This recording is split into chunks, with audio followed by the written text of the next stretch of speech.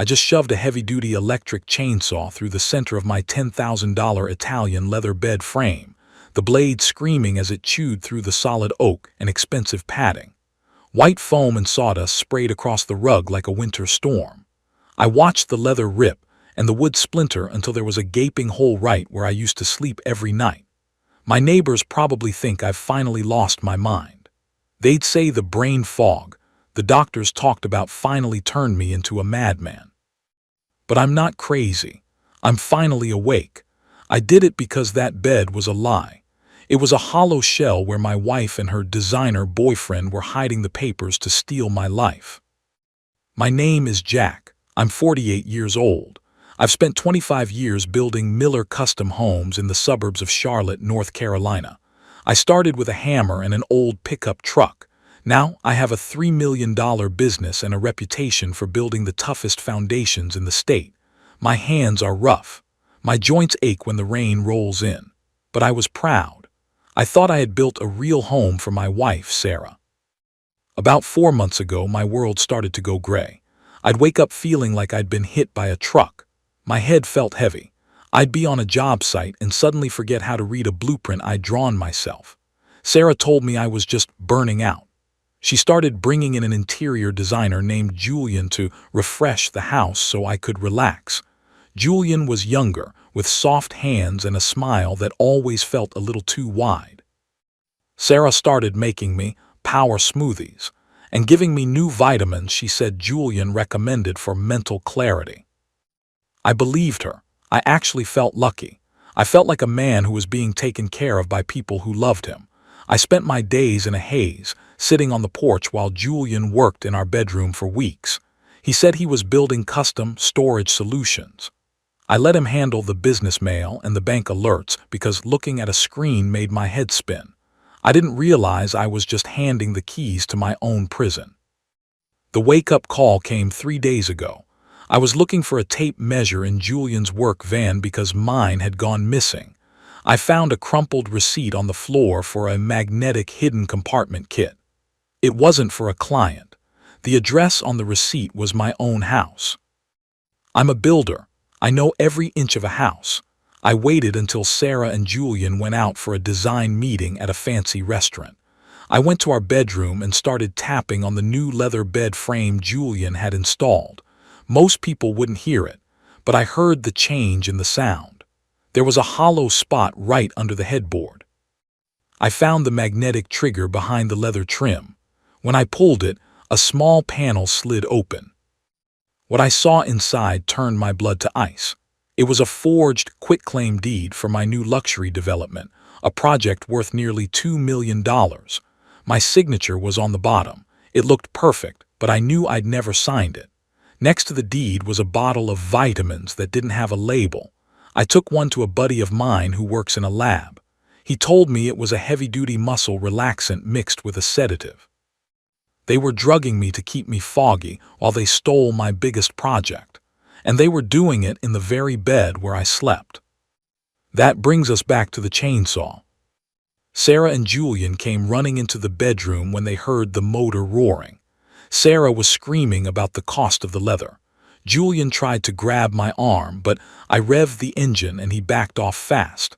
I didn't look like a confused old man. I looked like a man who was cutting out a rot. I told them I heard echoes in the wood. I told them the bed was hollow and I had to see what was inside. I let a little spit trail down my chin and gave them a wild, vacant look. I acted like the very zombie they had been trying to create. I saw the look they exchanged. It wasn't fear for my health. It was pure, predatory relief. They thought I had finally had a total mental break. They thought the episodes had finally turned me into a danger to my own house. "It's okay, Jack," Julian said, holding his hands up like he was talking to a stray dog. "The echoes are gone now. Why don't you go lie down in the guest room? Sarah and I will clean up the sawdust. We'll call the specialist to help you feel better tonight." I looked at the ruined leather and the exposed hidden panel.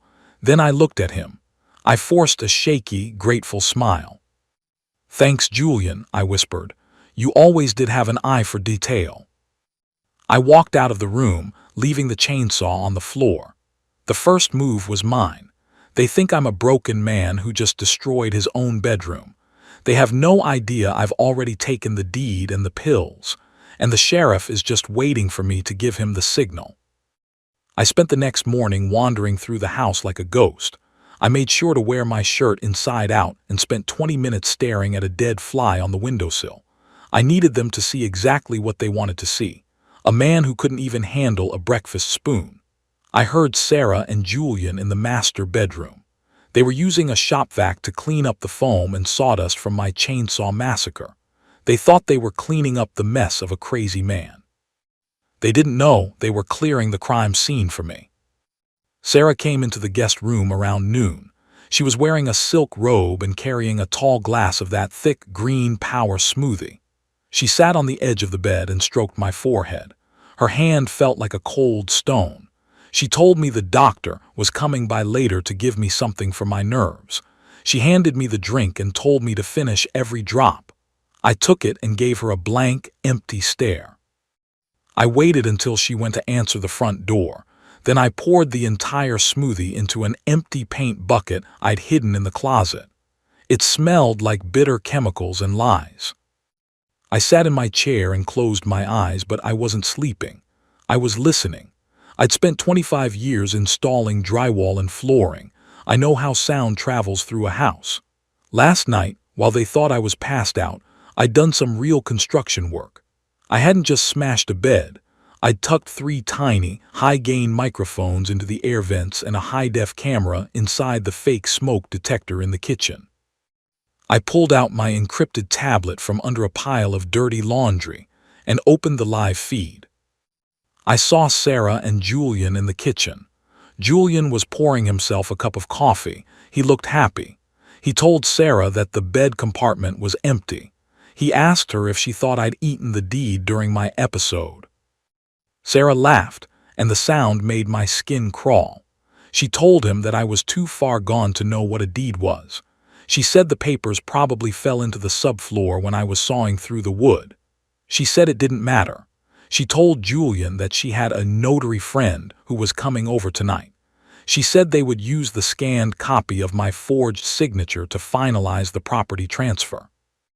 "Once the land is officially ours," Sarah said on the screen, "we call the private transport team. They'll have him in the psychiatric ward in the city by midnight. We'll tell the neighbors his episodes became too violent for home care." I sat in the dark guest room, watching my wife and her boyfriend plan my kidnapping. I felt a cold, hard knot of rage tighten in my stomach. They weren't even waiting for my heart to stop. They were burying me in a drugged-out haze so they could live off my sweat and blood. That afternoon provided the close call. I was in my basement workshop, sitting on the floor behind a stack of lumber. I had the real deed and the bottle of sedatives I'd pulled from the bed compartment. I was trying to take clear photos of the labels to send to a friend of mine who works in the sheriff's department. I was so focused on the camera lens that I didn't hear the footsteps on the stairs.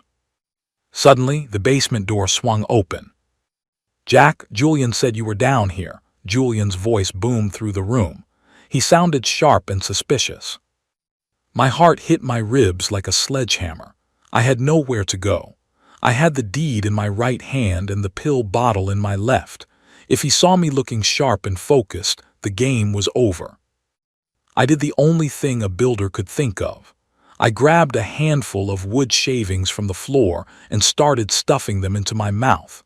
I stood up and started painting the stack of lumber with my bare hands, pretending there was imaginary paint.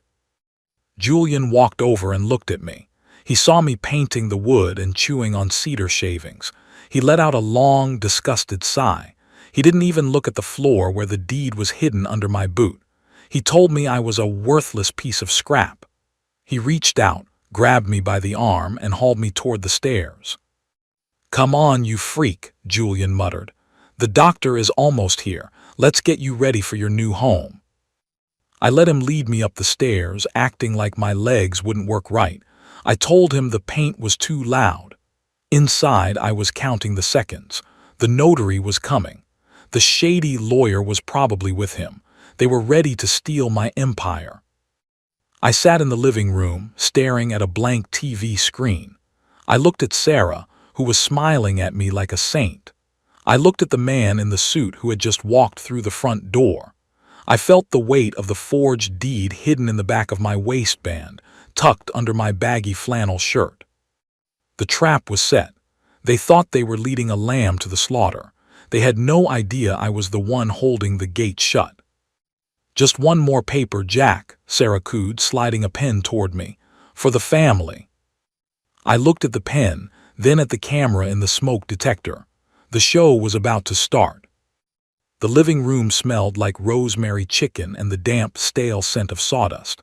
I sat at the mahogany dining table, my flannel shirt buttoned wrong, staring at a bowl of cold soup. Sarah was sitting to my left, her hand resting on my arm.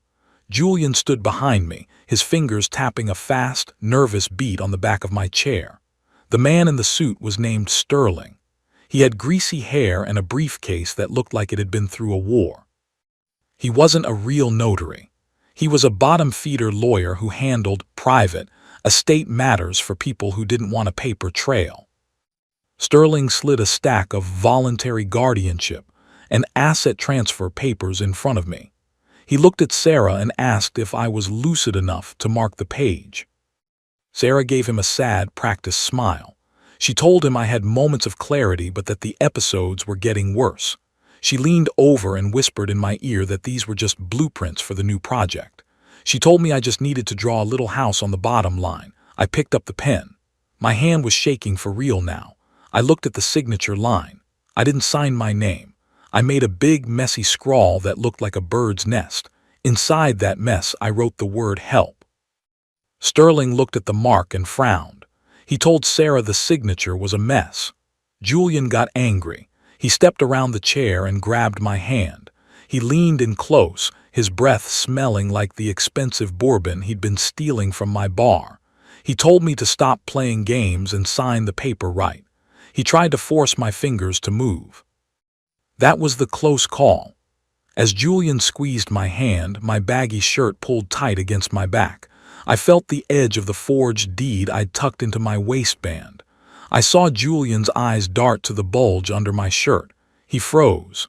He looked at my face, then back at the bulge. "What do you have under there, Jack?" Julian whispered.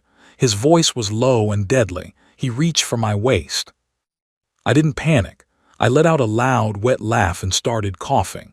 I leaned forward and accidentally knocked my bowl of hot soup directly into Julian's lap. He jumped back, swearing and shaking the greasy broth off his expensive pants. In the confusion, I pulled my shirt down and hunched over the table. I told him the soup was trying to swim and that I had to catch it. I gave him a wild, terrified look. Julian let out a long, ragged breath. He looked at Sarah and told her he couldn't take much more of this. He told her to just get the special tea from the kitchen so they could get me to the facility. He told Sterling to just notarize the mark I'd made and they would handle the rest of the paperwork later. Sarah went to the kitchen. I heard the clink of a spoon against a glass mug. I knew she was mixing the heavy sedatives into a cup of tea. This was the final dose, the one meant to knock me out so the transport van could haul me away in my sleep. She walked back in with the mug. She sat on the arm of my chair and stroked my hair. She told me to drink up. She said it was magic tea that would make the echoes in the wood go away forever. I took the mug. I looked at the oily film on the surface of the tea. I looked at my wife. I asked her if she remembered the first house I ever built for her. I asked her if she really thought I was that easy to break. The room went dead silent. My voice wasn't high or shaky anymore. It was the deep, heavy boom of the man who had built $3 million worth of homes with his bare hands. "What did you say?" Sarah whispered. Her face went the color of old ash. "I said the tea tastes like a 30-year prison sentence, Sarah," I said. I stood up, tall and straight. I didn't stagger. I didn't stumble. I reached into my pocket and pulled out my real phone. I hit a button, and the house was suddenly filled with the sound of their own voices. I played the recording from the kitchen. The part where Julian called me a worthless piece of scrap, and Sarah talked about the psych ward. Julian lunged for the phone, but I've spent 20 years wrestling heavy timber and steel beams. I caught him with a shoulder charge that sent him crashing into the sideboard. The china shattered everywhere. Sarah tried to run for the front door, but I'd already engaged the smart locks from my watch. She was trapped in the very house she tried to steal. "The echoes are gone, Julian," I said, looking down at him. "But the sheriff is in the driveway, and he's been watching the live feed from the smoke detector for the last hour." Just then, the blue and red lights hit the windows. The front door didn't just open. It flew off the hinges as the authorities burst into the room. But as I looked at the fear in Sarah's eyes, I realized there was a dark second layer I hadn't found yet. Sterling, the lawyer, was white as a sheet. He looked at Sarah and told her he wasn't going to jail for her. He told the sheriff that Sarah had done this before. He said Sarah wasn't a widow when I met her, she was a collector. The trap had snapped, but the story was getting much darker. The front door didn't just open. It flew off the hinges as Sheriff Miller and 4 deputies burst into the room. The blue and red lights from the driveway were so bright they turned my living room into a neon nightmare. I stood there, tall and steady, and watched the world of my wife and her designer boyfriend collapse. Julian didn't even try to fight. He just sank to his knees, his hands behind his head, his face a mask of frozen, icy shock. But Sarah was like a cornered animal. She tried to lunge for the mug of drugged tea, probably wanting to spill the evidence, but a deputy was faster. He slammed her onto the hardwood floor and clicked the handcuffs shut. The sound of that metal ratchet was the most beautiful thing I'd heard in years. I handed the forged deed and the bottle of sedatives to the sheriff. I told him they were hidden in the bed frame. I also pointed to the smoke detector and told him that every word spoken in this house for the last 48 hours was sitting on a secure cloud server. "You really did it, Jack," the sheriff said, looking at the mess. "You played the fool and caught the sharks red-handed." But then Sterling, the lawyer, started talking. He was shaking so hard his glasses fell off his nose. He looked at the sheriff and told him he wasn't going to take the fall for a professional reaper. He said he was just a legal consultant, and that the real monster was Sarah. "She's not a widow, Sheriff," Sterling whispered, his voice cracking. "Check the records in Florida. Her name isn't even Sarah. It's Monica Gale. She's been married 4 times. Every single husband ended up in a facility or a grave after accidental falls. She's a professional harvester." I felt a cold stone settle in my stomach. I looked at the woman I had shared a bed with for 3 years. I realized then that I wasn't just a target for my money, I was part of a pattern. I was supposed to be her 4th paycheck. But the real twist came from Julian. He started laughing from the floor, a sick, twisted sound. He looked at me with blood on his lip and told me that the house didn't matter. He said my business accounts were empty. He told me that he had used my unlocked computer to move $3 million into a crypto wallet an hour ago. He said by the time the sun came up, my company would be a hollow shell. "Check your phone, old man," Julian spat. "The bank alert's already hit. You're a king of nothing." I pulled out my real phone. I didn't look at the bank app. I looked at a different app, a GPS tracker I'd hidden on Julian's work van a month ago. I'd noticed small leaks in the company accounts back in the spring. I didn't think it was a murder plot then. I just thought Julian was a sloppy designer. I told the sheriff that the money wasn't gone. I showed him the screen. The red dot was sitting at a storage unit just 5 miles down the road. I told the sheriff that Julian wasn't just a designer. I had found a set of blueprints for a new development in Julian's van, but the name on the project wasn't mine. It was Julian's. "I'm a builder, Julian," I said, looking down at him. "I know how to find a leak in a foundation before the whole house falls down. Did you really think I wouldn't notice the millions moving?" The look of pure, system-wide failure on Julian's face was my first real victory. But then the sheriff dropped the final bomb. He told me they had run Julian's fingerprints through the system while they were waiting for the warrant. He said Julian wasn't Sarah's boyfriend. He was her son. "They're a mother-son team, Jack," the sheriff said. "They've been running this designer and widow scam for a decade. Julian gets into the house as a contractor, they drug the husband, and then they split the estate." The dark second layer was finally fully exposed. It wasn't just a business fight. It was a serial murder plot involving a mother and her own child. They'd planned to strip the business, sell the development, and disappear, leaving me in a drugged-out haze to take the fall for the missing money. They led the three of them out to the cruisers. As Sarah, or Monica, passed me, she stopped. She looked at me with those eyes that used to make me feel like the luckiest man in the world. She started crying, telling me that Julian had forced her to do it. She said she was a victim too. I didn't say a word. I just watched her get pushed into the back of the squad car. I realized then that I didn't even know who she was. The woman I'd loved was just a character in a very expensive play. The sheriff stayed behind with me for a bit. He looked at the ruined master bedroom and the cracked bed frame. He asked me what I was going to do now. I told him I was going to finish my coffee. I told him I was going to wait for the sun to rise so I could see my home without the fog. But as I sat on my porch and watched the sirens disappear into the North Carolina night, I felt a vibration in my pocket. It was a text from an unknown number. "The money is safe, but you still have to pay the designer." The dark second layer had a basement, and it was darker than I ever imagined. I sat on my porch for 3 hours after the police left, watching the North Carolina sun crawl over the horizon. The unknown number that sent the text didn't scare me. I'd spent 25 years building structures to withstand hurricanes. I knew how to handle a threat. I handed the phone to the sheriff's tech team, and within an hour they had a name. The text came from a guy named Miller, no relation to me, who was a private security consultant Julian had hired. He was waiting at that storage unit to move the cash and the documents. Hatcher and the state police moved in before the sun was fully up. They caught him with a van full of my business files and the hardware Julian had stolen from my office. The payment the designer wanted was never going to happen.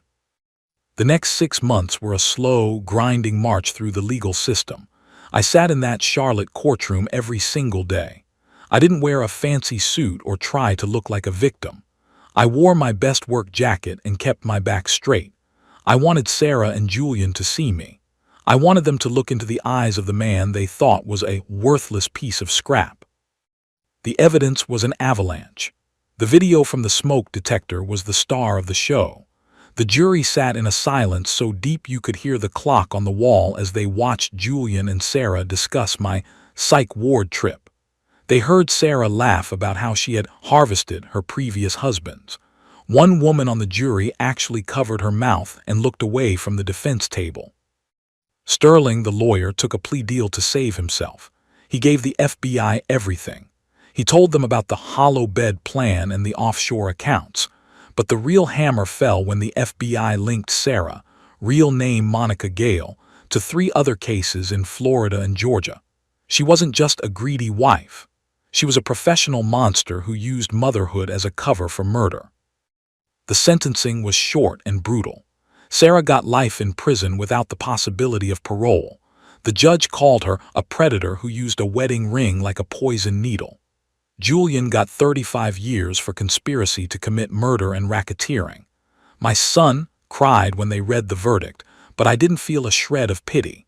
He had been a willing partner in trying to erase the man who had given him a home for 9 years. I returned to my house a week after the sentencing. The master bedroom was still a wreck. The broken pieces of the leather bed frame were gone, but the floor was still covered in the marks from my chainsaw. I didn't fix it immediately. I left the room empty for a month. Sometimes I'd go in there at night and just stand in the silence. It was a reminder that you can build a house with the best materials, but if you let a snake inside, the foundation is worthless. I kept Miller Custom Homes. It took a year to get the account straight and the stolen development project back in my name, but I did it. I fired every subcontractor who had worked with Julian behind my back. I hired a new manager, a retired veteran who knows that an honest day's work is the only thing that matters. I'm 48 years old now. I still live in the same house, but I turned the master bedroom into a library. No hidden compartments, no leather headboards, just plain oak shelves and a big window. I don't drink smoothies anymore. I make my own coffee, black and strong, and I check the seals on every bottle myself. I've learned that trust is something you build brick by brick, and you never stop checking the level. People in town call me a hero for playing the fool to catch a reaper. I don't feel like a hero. I just feel like a builder who finally found the rot and cut it out. The fog is gone. My head is clear. And for the first time in years, I don't feel like I'm walking on eggshells. I sat on my porch last night and watched the moon rise over the trees. The house was quiet, truly quiet. No echoes in the wood, no snakes in the kitchen, just the sound of the wind and the peace of a man who fought for his life and won. The game is over. The vultures are in cages, and for the first time in my life, I know exactly what I'm standing on. I'm Jack Miller, I'm a builder, and I'm finally home.